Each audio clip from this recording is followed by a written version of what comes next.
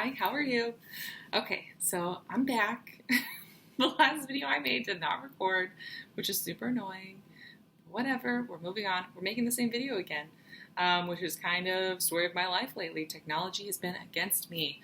I don't know why. Well, I do know why. My computer is old, and it's almost full, so it's starting to fight back. Well, no, it's starting to have a harder time working, and I keep getting the rainbow pinwheel, and the technology isn't working. And I thought, well, how long is I have a MacBook Air. How long is a MacBook Air supposed to work? And I looked it up, and it's 5 to 7 years. Well, I've had this girl for 10 years. So that makes sense. Also, how do I have this computer full and it's pretty much all photos? Remember when people used to just have a few photos that they printed out every year and that was it? And now we have millions and millions of photos and we never look at them. I always try to print them out and put like the really, really good ones in a photo album every year, but now I have a lot of photo albums. So kind of the same problem, not a lot of space. Anyways, welcome. So happy that I'm able to record this video right now. Hopefully it's recording, fingers crossed. But I want to check in. I stopped bleeding finally after 2 weeks. I had my first Lupron depot shot, and then I started bleeding 2 weeks after that.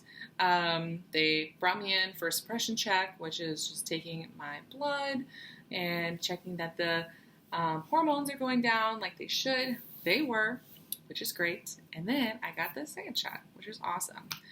Some of the symptoms that I've been having are headaches for sure. I had some insomnia the first month, but not so much now. I'm very tired now, actually. And the hot flashes are starting to kick in. I'm starting to feel it. They were kind of slight before. I was getting a little warm, I'm like, oh, okay, a little hot. Now it's like kicked up a notch. Also, it's 100 degrees outside where I am. No joke, it's 97 degrees. And that's pretty hot. So that doesn't help. Been staying inside, enjoying the AC, loving our house.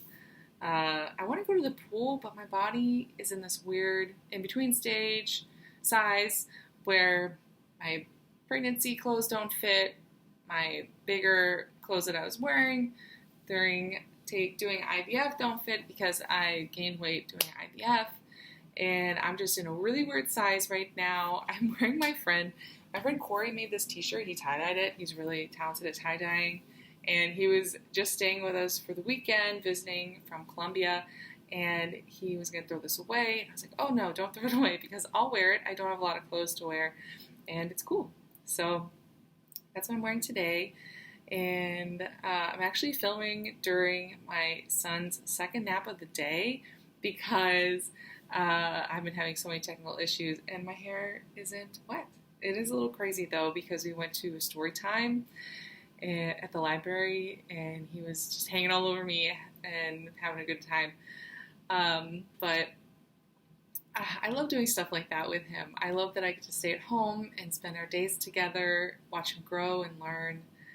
I almost cried when I was making the other video, but I'm not going to cry again. But yeah, it's just amazing. I feel so blessed to be his mom. Like, I love it so much. Yeah, I might cry again. Okay, keeping it together. So we had the second shot last week.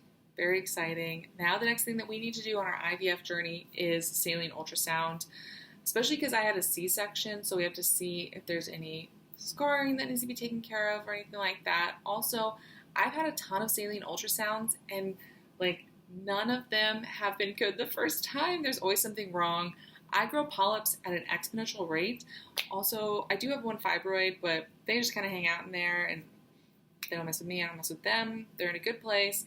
I had it all during my pregnancy and no issues, so not gonna mess with it. You can't have a fibroid that's in a bad place, but mine's in an okay place and it just hangs out there and I'm totally fine with it hanging out as long as it doesn't mess anything up.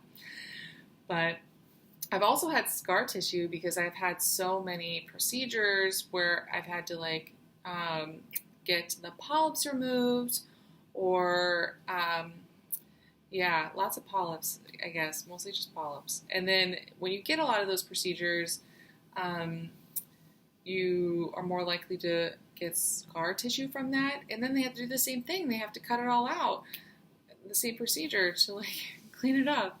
So it doesn't seem to make sense when you think about it, but that's how we take care of that kind of stuff. And I'm just so sick of getting those procedures, but it's just what we have to do. So we just have to keep moving along. I want to be really positive for the Saline Ultrasound, but it's so hard when I've had, 15 to 20 at this point, and they're never good the first time around. So we'll see. Hopefully, but I'm not super optimistic. I hope so, but it's never good. And after that, so I had the second shot of Lupron. Then we get the Saline Ultrasound this week, a couple days.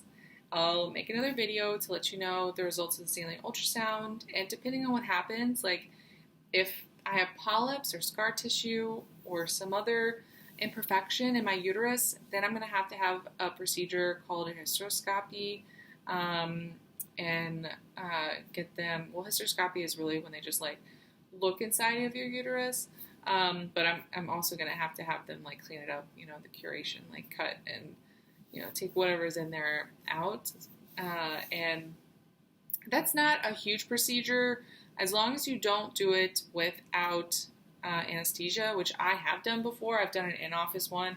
I've actually done an in-office 3 times. Oh my gosh. And one time I couldn't tolerate it because I pretty much had a panic attack because I saw the instruments before we started. And then the second time, they didn't give me any meds or anything the first time. Actually, maybe I should go over all this in another video. I will, but I guess I'll go over it shortly here. The second time, they gave me like the shot to I don't know, for pain relief, but they gave me a shot in my arm and they're doing stuff in my uterus. I don't know. It didn't make any sense. It was extremely painful and terrible. I would not recommend it. It saved us a lot of money, but I don't think it was worth it. I was the one that went through it, and I was the one that had pain and suffering. And and then we did another in-office, and I was like, I can't do this anymore. I don't want to torture myself anymore. It sounds terrible. So some women I've read, they have it in office and they're fine. That was not me. It was not fine. It was extremely painful. It hurt really bad. And I survived, and I love to tell the tale. It wasn't traumatizing or anything, but it's not something I would sign up to do again, even though I did sign up to do it one more time. But we were really trying to save money. IVF is so expensive, and I was just trying to grit my teeth and go through it. But now I just can't. I'm not going to do that anymore. I've already done it a couple times. That's enough for me. That's enough for me to say no thank you. So yeah, that's my recommendation to you. If you have the option, go under. It's a lot better.